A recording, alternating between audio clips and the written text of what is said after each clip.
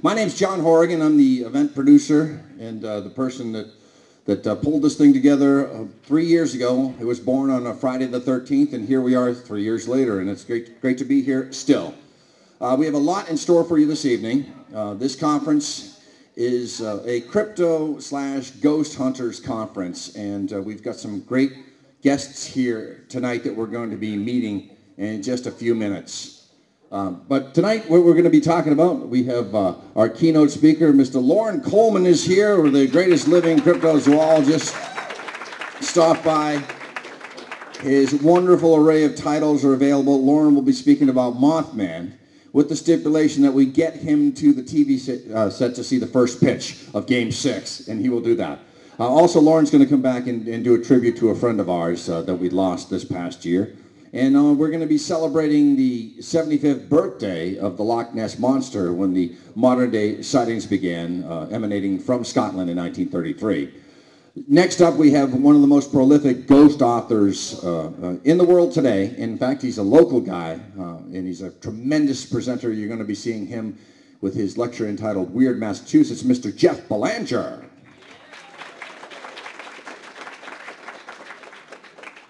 We're going to be doing a part about phantom hitchhikers tonight, a little teaser, including something about the vaunted red-headed hitchhiker of Route 44, an entity that supposedly exists in the Bridgewater Triangle, and we will be talking about said triangle in just a moment.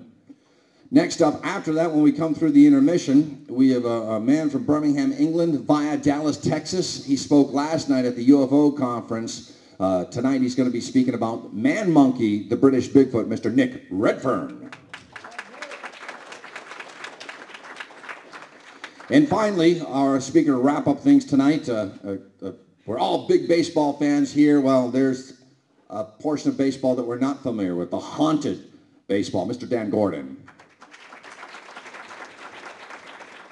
Now, the Monster Mash, tonight's event is dedicated to Bobby Boris Pickett, a Massachusetts man who passed away last year, born February 11th, 1938, and passed away on last April 25th. A native of Somerville, Massachusetts. The Monster Mash liner notes, it reached number 1 on October 20th, 1962. It re-entered the Hot 100 8 years later on August 29th, 1970, and peaked at 91. And almost 3 years after that, in 1973 on May 5th, it made a third re-entry, and this time it went all the way to number 10. Now tonight we're going to be talking about something known as the Bridgewater Triangle. This is an anomalous area that has 200 square miles, and it was first dubbed and explored by Mr. Loren Coleman. And since then it's taken a life of its own. There's a radio show entitled SpookySouthCoast.com that I've been lucky to be a part of, where we've gone out in expeditions of this triangle. And I'd like to bring in our first guest tonight. He's from this radio show, SpookySouthCoast.com.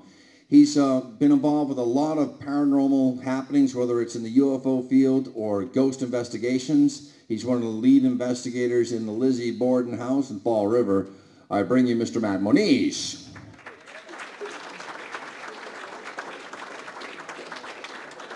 Now, in order to talk to Matt, we need some audio. And the guy that's going to be doing audio is a guy who's one of the most popular podcasters in the world. When you talk about the internet, you talk worldwide. He's got a litany of paranormal interviews, a great podcaster, and again, a Massachusetts boy, Mr. Tim Binnall from BinnallofAmerica.com.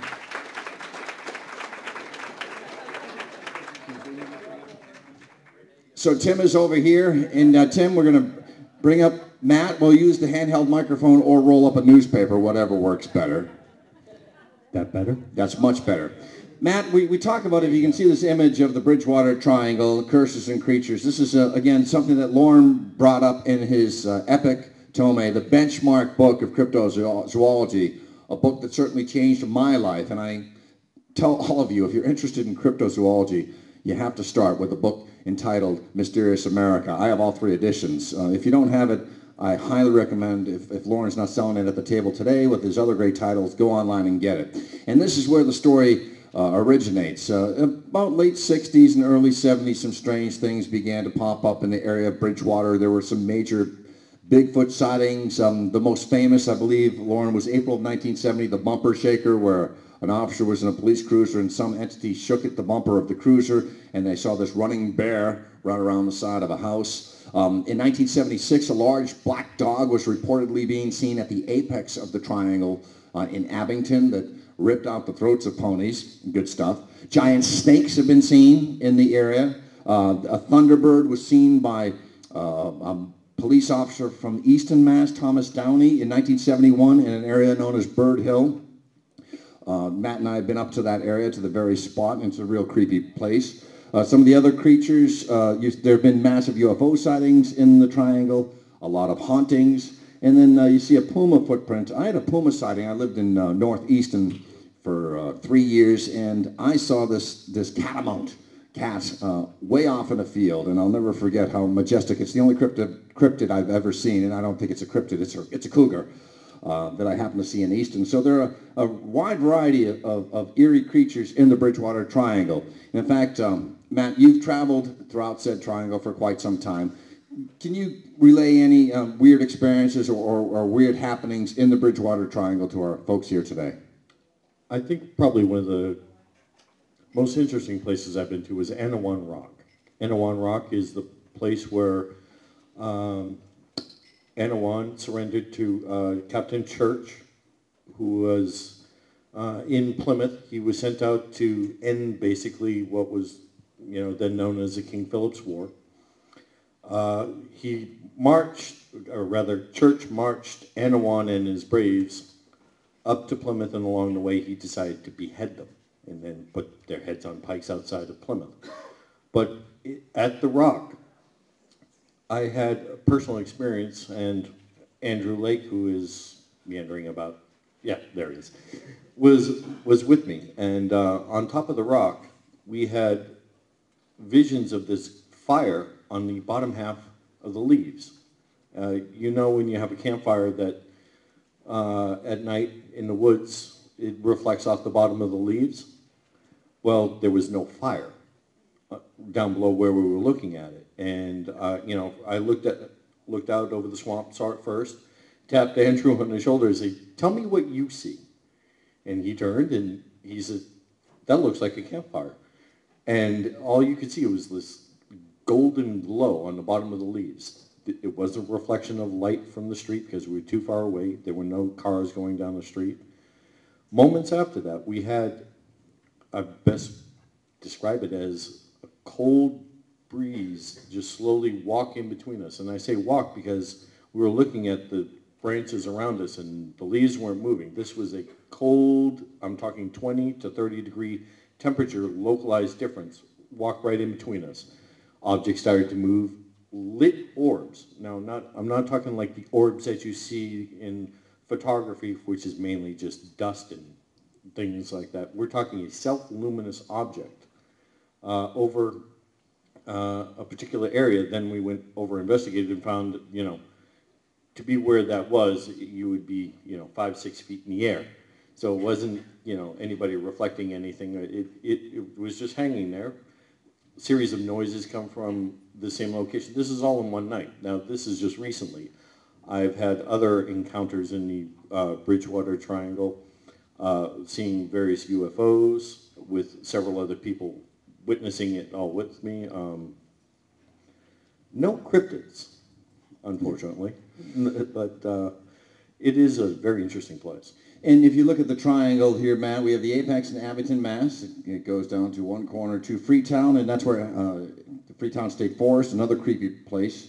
And then it goes on over to Rehoboth, which is where Anawan Rock is, the death of King Philip in 1676 of the King Philip's War. So it's a very creepy place, including Copacut Road, where allegedly towards Freetown there's a phantom trucker. So it's a strange place for sure. And of course, bring it on home, Mama. Segue there. We have the CD on sale for $10. So the Bridgewater Triangle, talked to Lauren about it. A lot of these guys from Jeff right down the road to Tim, Matt, Andy Lake, Tom D'Agostino. Everybody has got their own Bridgewater Triangle story, and it's a neat place right in our own backyard. When we talk about the Bridgewater Triangle, we talk about phantom hitchhikers. And again, Jeff has numerous accounts of phantom hitchhikers. The most famous being from Illinois, outside of Chicago, Resurrection Annie. Mary. Resurrection Mary. I'm letting myself. And she's very famous. People picking her up at night. Can you give us a little background on that? That people report this woman in white, I believe. She's dressed in white. She's along, I believe it was Archer, Archer Avenue in Chicago. As she's walking down the road, she'll be picked up by a good Samaritan looking to bring her home. And as you pass the cemetery, she's just seems to disappear. Now, she is supposed to be a woman that was killed along the road. She was in a vehicle, I believe the gentleman was drunk, if I'm not mistaken, or not really sure. No? But her real name, though, we think, Jeff, because I heisted this from your website, from Ghost Village, is what's her real name? Is Anna Norcus? Anna Nordis is her name, but that's what we think that where the legend emanates from.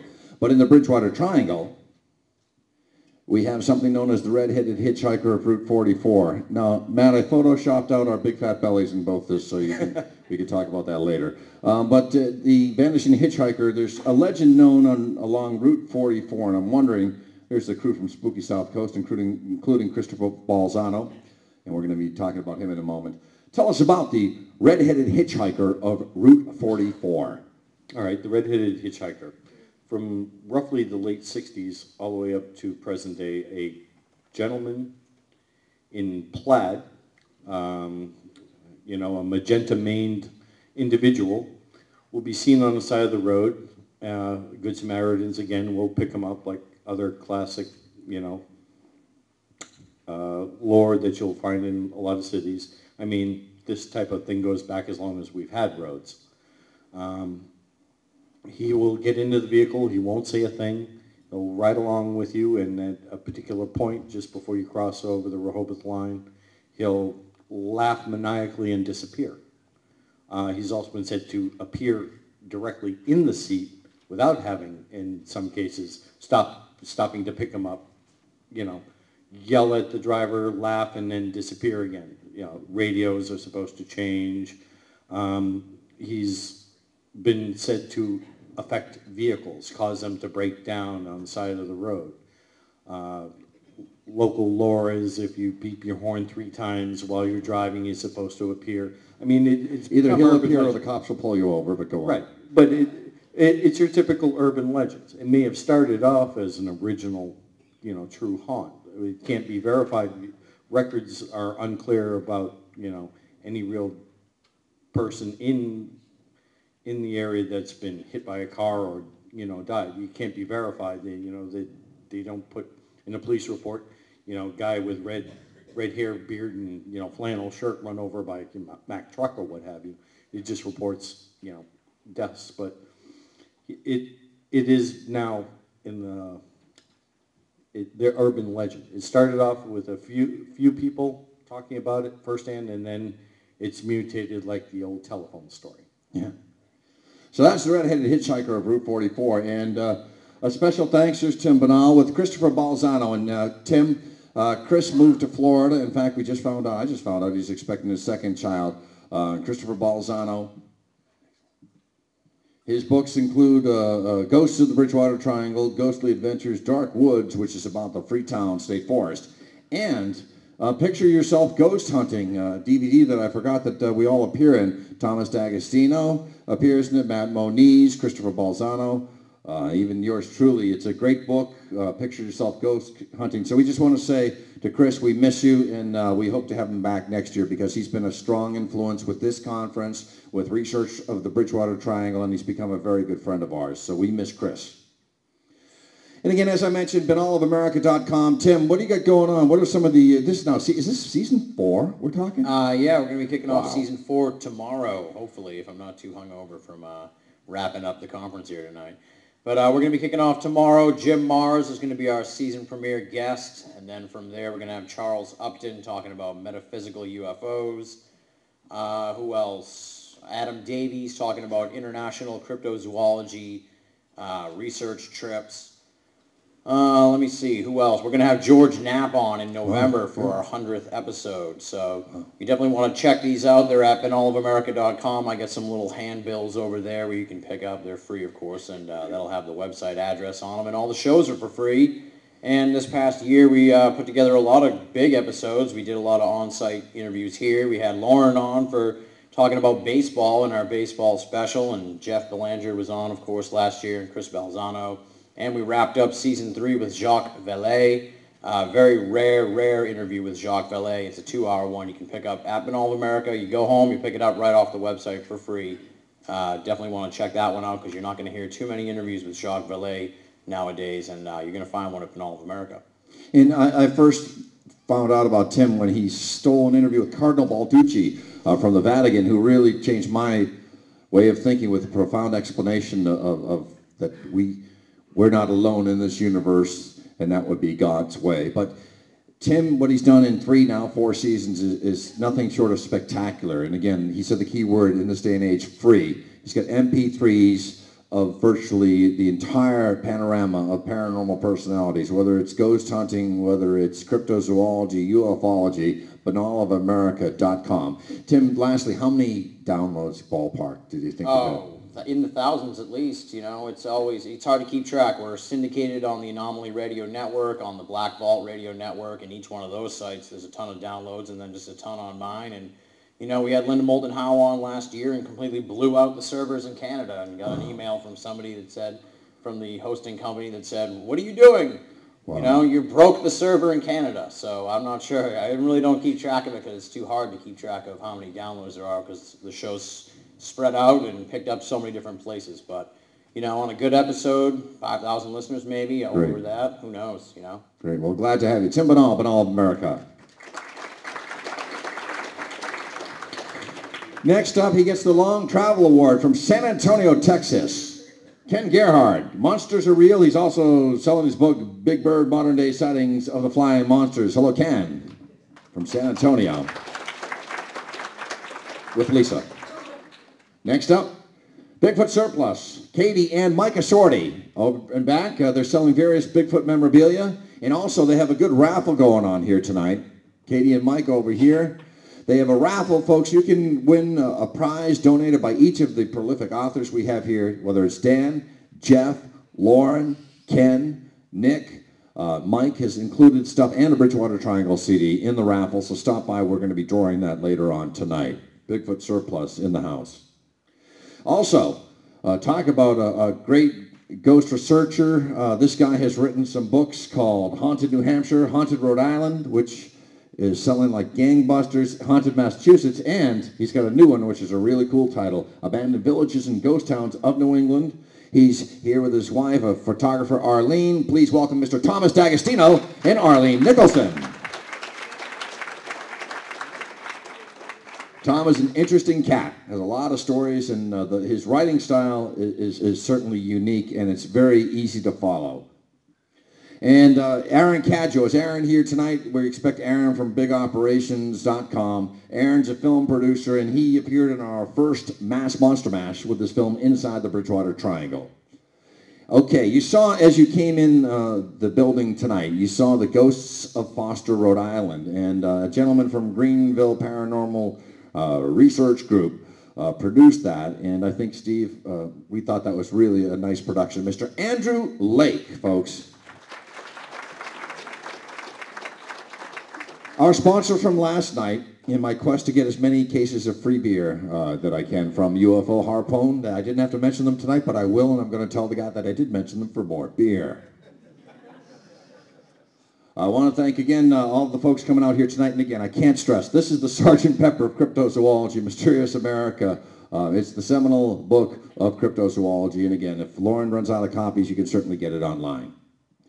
And of course, we have concessions, including some cheese, popcorn.